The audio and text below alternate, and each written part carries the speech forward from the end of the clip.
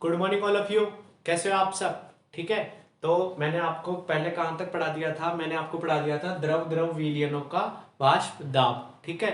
अब मैं आपको आगे पढ़ा रहा हूँ ठोस द्रव विलयनों का वाष्प दाब। मैंने आपको एक वीडियो भी डाल दिया है जिसके अंदर आपका जो आरबीएससी का जो सिलेबस, जो न्यू सिलेबस आया है, जो 40% कटौती हो गई है उसमें। ठीक है। तो उसके मैंने आपको सारी उसकी पीडीएफ भी डाल दी है और बता भी दिया भी कैसे कैसे उसमें से टॉपिक निकले हैं, कौन कौन से हटा दिए, और आपके लगभग शायद 4 चैप्टर तो पूरे के पूरे चैप्टर ही हटा दिए गए हैं। ठीक है। और उसके अलावा कौन कौन से चैप्टर में से कौन कौन से टॉपिक हटाए गए हैं, क्या क्या बचा है, वो सारी चीज़ें मैंने उसमें बताई है। ठीक है। तो आप उस वीडियो को देख लें, उसके अलावा उसको बुक के अंदर टिक लगा लें और आगे कर लें। ठीक है। तो फिर भी मैं तो अपने हिसाब से पढ़ाऊंगा क्योंकि आगे ये वीडियो उसके आगे भी काम आएंगे, तो मैं कोशिश करूंगा कि ज़्यादा से ज़्यादा उसी पर फोकस रहेगा। आपको बता दूंगा हर वीडियो में कि ये आपके सिलेबस में है या नहीं है। अगर आप फिर भी देखना चाहो तो आप देख लेना, नहीं देखना हो तो आप उसको रहने देना। ठीक है। तो मैं आपको अब करवा रहा हूँ ठोस द्रव विलयन का वाष्प दाब। ये है सिलेबस में। ठीक है। ठोस द्रव विलयन का वाष्प दाब। अब मैंने आपको पहले बताया था द्रव द्रव विलयन का वाष्प दाब। अब द्रव द्रव विलयन का वाष्प दाब क्या होता है? जिसमें जो आपका विलय होता है वो भी द्रव होता है और जो आपका विलायक होता है वो भी द्रव होता है। ठीक है। अब है ठोस द्रव विलयन का वाष्प दाब। इसके अंदर जो आपका विलय होगा, विलय, ठीक है, वो भी क्या होगा? वो तो क्या होगा? ठोस, वाष्पशील ठोस। ठीक है। ठोस कौन सा वाला? वाष्पशील वाला। ठीक है। और दूसरा कौन सा होगा आपका? विलायक। ठीक है। वो क्या होगा आपका? द्रव होगा, वाष्पशील द्रव। ठीक है। तो इसके अंदर क्या होता है, जब आप, जैसे आपको एक से बताता हूं, जैसे ये एक बर्तन ले लिया। ठीक है। अब इसके अंदर ये आपने विलायक भर दिया, कौन सी अवस्था में? द्रव अवस्था में। अब आप इसके अंदर आप ऊपर से विलय में लाते हो, कौन सा? ठोस अवस्था में, ऐसे। तो वो ठोस अवस्था वाला क्या करेगा? ऐसे ऊपर तैरने लग जाएगा, कुछ कुछ ऊपर कुछ अंदर, कैसे भी चला जाएगा। तो जब आप इसको गर्म करोगे तो इससे जब वाष्प बनेगी, वाष्प बनेगी तो क्या होगी? वो ऊपर जाएगी। ठीक है। कैसे? ऐसे, ऐसे ऊपर की साइड जाएगी वो। ठीक है। तो यहां से तो वो निकल जाएगी, यहां तो कुछ भी नहीं है, तो यहां से तो वो ऊपर की साइड चली जाएगी। लेकिन जब वो यहां आएगी तो वो ये वाले जो विलय के कण हैं, ये क्या है? उसके अंदर अवरोध उत्पन्न करेंगे, मतलब कि रुकावट पैदा करेंगे। ठीक है। तो वो उसको क्या है? ऊपर की साइड जाने नहीं देंगे। तो जिससे क्या हो जाएगा? उसकी जो वाष्प है उसके अंदर क्या हो जाएगा? अवनमन। क्या हो जाएगा? एक नया वर्ड आया है, क्या है वो? अवनमन। ठीक है। अब आप बोलोगे कि सर अवनमन क्या होता है? अवनमन का मतलब होता है कमी। ठीक है। तो आपका एक नया टॉपिक यहां से आ जाएगा, उसका नाम क्या हो जाएगा? वाष्प दाब में अवनमन। वाष्प दाब। जब वाष्प भी कम बनेगी तो वो उसकी सतह पर दाब भी कम लगाएगी, तो वाष्प दाब में अवनमन। ठीक है। आपको समझ में आया? वाष्प दाब में अवनमन। अब वाष्प दाब में अवनमन क्या होता है? जब आप एक विलय, जो आपका द्रव विलायक लेते हैं और उसके अंदर आप विलय ठोस मिला दिया, तो उसके अंदर से जो भाप, वाष्प अवस्था जो निकलेगी, तो उसके अंदर जो विलय के कण होते हैं वो क्या है? रुकावट पैदा करते हैं, जिससे उस भाप वाष्प के अंदर क्या होती है? कमी हो जाती है। तो उसको हम क्या बोलते हैं? वाष्प दाब में अवनमन बोलते हैं। ठीक है। आया समझ में इतना? तो इसकी डेफिनेशन आपको नोट्स के अंदर अच्छे से मिल जाएगी। बाकी मैंने आपको बता दिया कि भाई क्या होता है। वाष्पशील द्रव होता है और जो विलायक होता है, और उसके अंदर क्या होता है? ठोस विलय मिलाते हैं अपन। ठीक है। तो वो क्या है? रुकावट पैदा कर देते हैं। ठीक है। तो अब इसके बाद में इसके अंदर क्या है कि जो आपका जो वाष्पशील द्रव होगा, शुद्ध वाष्पशील बताता हूं, शुद्ध वाला,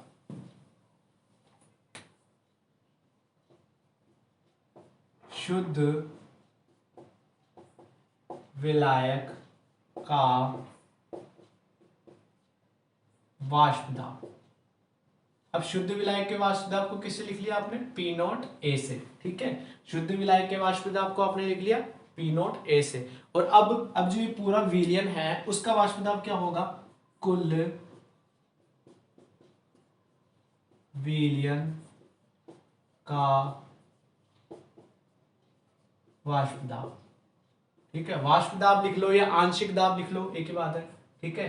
वो क्या हो जाएगा, पी टोटल। ठीक है, पी टोटल। तो आपके जो वाष्प दाब में अवनमन, ठीक है, वाष्प दाब में जो अवनमन होगा, वाष्प दाब में अवनमन, यहीं से लिख देता हूं, वाष्प दाब में अवनमन।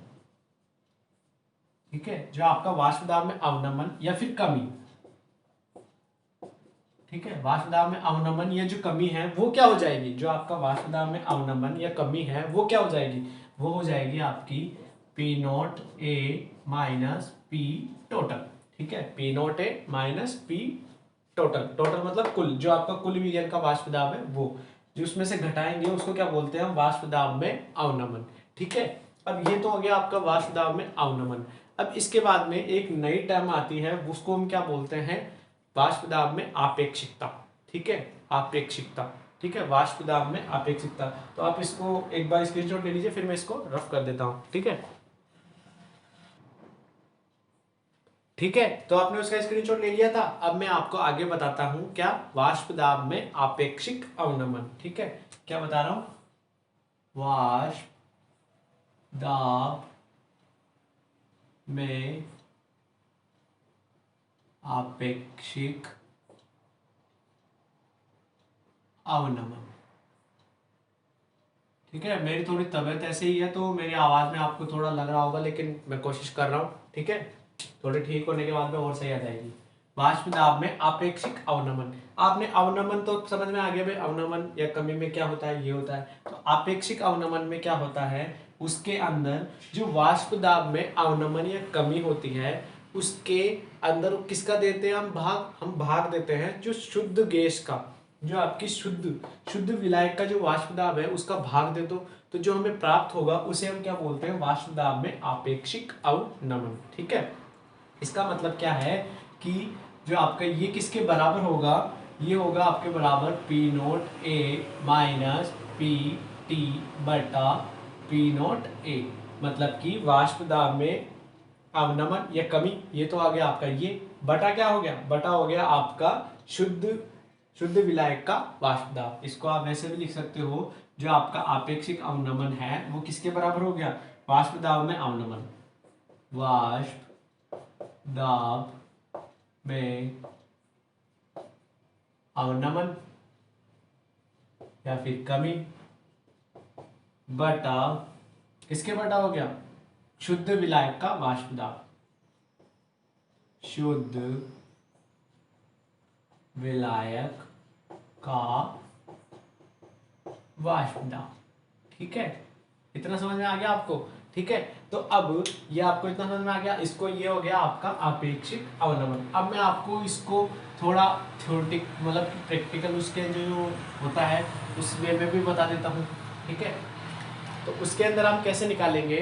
ठीक है, तो उसके अंदर आपका जो आपने हमने पहले वाले जो द्रव द्रव का निकाला था, उसके अंदर भी हमने क्या निकाला था, पूरे विलयन के लिए वाष्प दाब निकाला था। ठीक है, तो हम इसके लिए भी निकालते हैं। तो उसके लिए हमें सबसे पहले किसका निकालना पड़ेगा, हमें सबसे पहले निकालना पड़ेगा कि भाई विलय का वाष्प दाब क्या है और विलायक का वाष्प दाब क्या है। राउल्ट का नियम हमने पढ़ाई है, तो राउल्ट के नियम के हिसाब से विलायक का वाष्प दाब,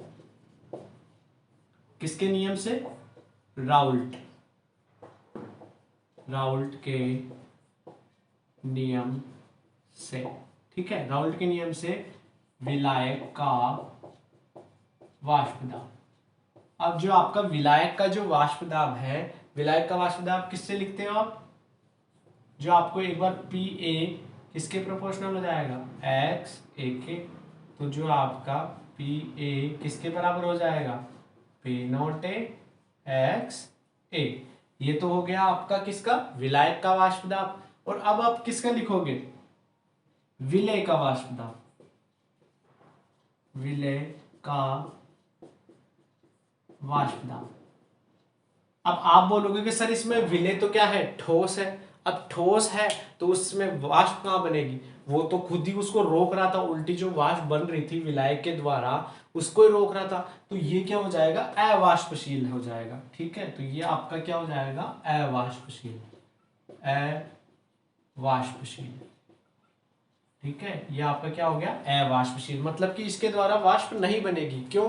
क्योंकि ये ठोस अवस्था में है तो ये उल्टा रुकावट डाल रहा है, ये जो दूसरी विलायक की वाष्प है उसको भी रोक रहा है ऊपर जाने से। ठीक है, तो हमारा ये विलय का क्या हो जाएगा, अवाष्पशील। तो आपकी कुल वाष्प दाब कितना हो गया, कुल वाष्प दाब क्या था आपका, पीटी। अब वो किसके बराबर होता है, पीए प्लस पीबी। तो आपका पीबी तो जीरो हो गया क्योंकि इससे कोई वाष्प बन ही नहीं रही, तो ये किसके बराबर हो जाएगा, पी ए के बराबर। ठीक है, ये किसके बराबर हो गया, पीटी किसके बराबर हो गया, पीए के बराबर हो गया। और हमने अभी क्या निकाला था, ठीक है। और अब आप, मैं एक बार इसको कंफर्म कर देता हूँ, सही लिखा है ना, ठीक है।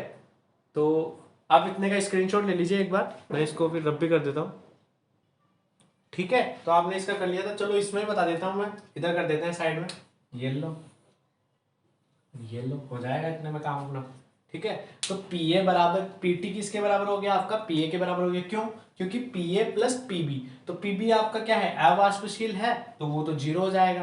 तो ये किसके, पीटी किसके बराबर हो गया, पीए के बराबर। आप पीटी बराबर, पीए की वैल्यू हमने यहां से निकाली है, क्या होती है, पी नॉट ए एक्स ए। ठीक है, बाकी मैं इधर लिख देता हूं, आपको दिखने में भी आसानी रहेगी। तो पी टी किसके बराबर हो गया, पी नॉट ए एक्स ए। और मैंने आपको बताया था एक चीज याद रखने के लिए, एक्स ए किसके बराबर होता है, एक्स ए प्लस एक्स बी बराबर होता है एक के। ठीक है, तो वो एक को उधर भेज दो, एक्स बी को उधर भेज दो, 1 माइनस एक्स बी। ठीक है, ये इसके बराबर होता है, तो यहां मान रख दो, पी टी बराबर P naught A 1 minus X B. ठीक है, अंदर गुणा कर दो, पी टी बराबर P naught A minus P naught A X B. ठीक है, ये क्यों कर रहे हैं अभी आपको खुद ही समझ में आ जाएगा कि मैं इतनी ये डेरिवेशन क्यों कर रहा हूँ। आप बोलोगे कि सर ये क्यों करवा रहे हो, अभी समझ में आ जाएगा। ठीक है, अब क्या करो, आप ऐसे करो, इसको तो उधर भेज दो और पीटी को उधर भेज दो, P naught A X B किसके बराबर हो गया, P naught A minus P T. और आप बोलोगे कि ये किसके बराबर आ गया, ये किसके बराबर आ गया, आपका आ गया जो आप हमने क्या निकाला था, अवनमन, वाष्प दाब में अवनमन या कमी। ठीक है, ये तो आपके आगे किसके, वाष्प दाब में अवनमन, अवनमन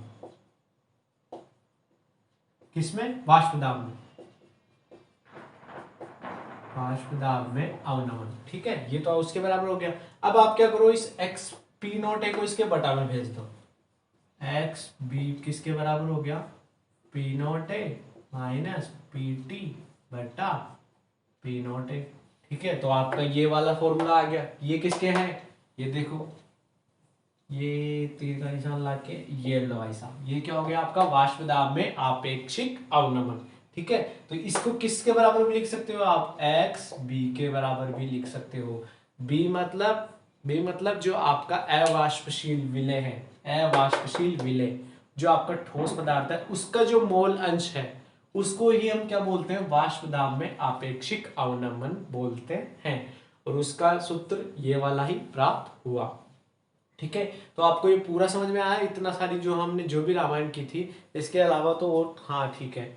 तो ये हमने आपको बताया ठोस द्रव विलयन का वाष्प दाब। ठीक है, इसके अंदर मैंने आपको क्या बताया, इसके अंदर कुछ ही नहीं होता। द्रव में क्या होता था, विलय भी द्रव होता था और विलायक भी द्रव होता था, तो वो दोनों की वाष्प निकलती थी। तो फिर हमने कुल वाष्प दाब निकाला था, पीए बराबर पीटी बराबर पीए प्लस पीबी।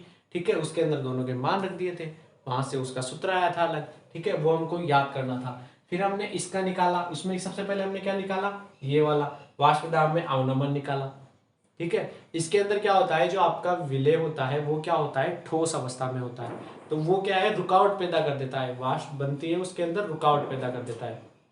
ठीक है, तो उससे हमने उसके जो अवनमन, उसको हम क्या बोलते हैं, वाष्प दाब में अवनमन बोलते हैं। तो उसका P naught A minus P T, यहाँ पी नॉट ए क्या है, शुद्ध विलायक का वाष्प दाब, पीटी क्या है, कुल वाष्प दाब। ठीक है, तो इन दोनों में से जो घटाते हैं तो वो हमारा क्या प्राप्त होता है, वाष्प दाब में अवनमन। वो किसके बराबर हो गया, P naught A X B के बराबर। ठीक है, फिर हमने क्या निकाला, वाष्प दाब में आपेक्षिक अवनमन, वो किसके बराबर है, जब हम इसके शुद्ध वाष्प इसके अंदर वाष्प दाब में अवनमन या कमी के अंदर शुद्ध विलायक के वाष्प दाब का भाग दे देते हैं तो हमें क्या प्राप्त होता है, वाष्प दाब में आपेक्षिक अवनमन। ठीक है, वहां से हमने फिर इसका शुद्ध विलायक का निकाला, कुल वाष्प दाब निकाला, उसके अंदर मान रख दिया ये वाले सूत्र से, तो हमारे को ये प्राप्त हुआ। ये और ये दोनों इंपॉर्टेंट सूत्र है। तो हमको इतना ही कराता हूँ, नहीं तो वीडियो फिर ज़्यादा लंबा हो जाएगा। ठीक है, तो अगर आपको वीडियो अच्छा लगे तो लाइक शेयर और सब्सक्राइब जरूर करें। वीडियो देखने के लिए थैंक यू।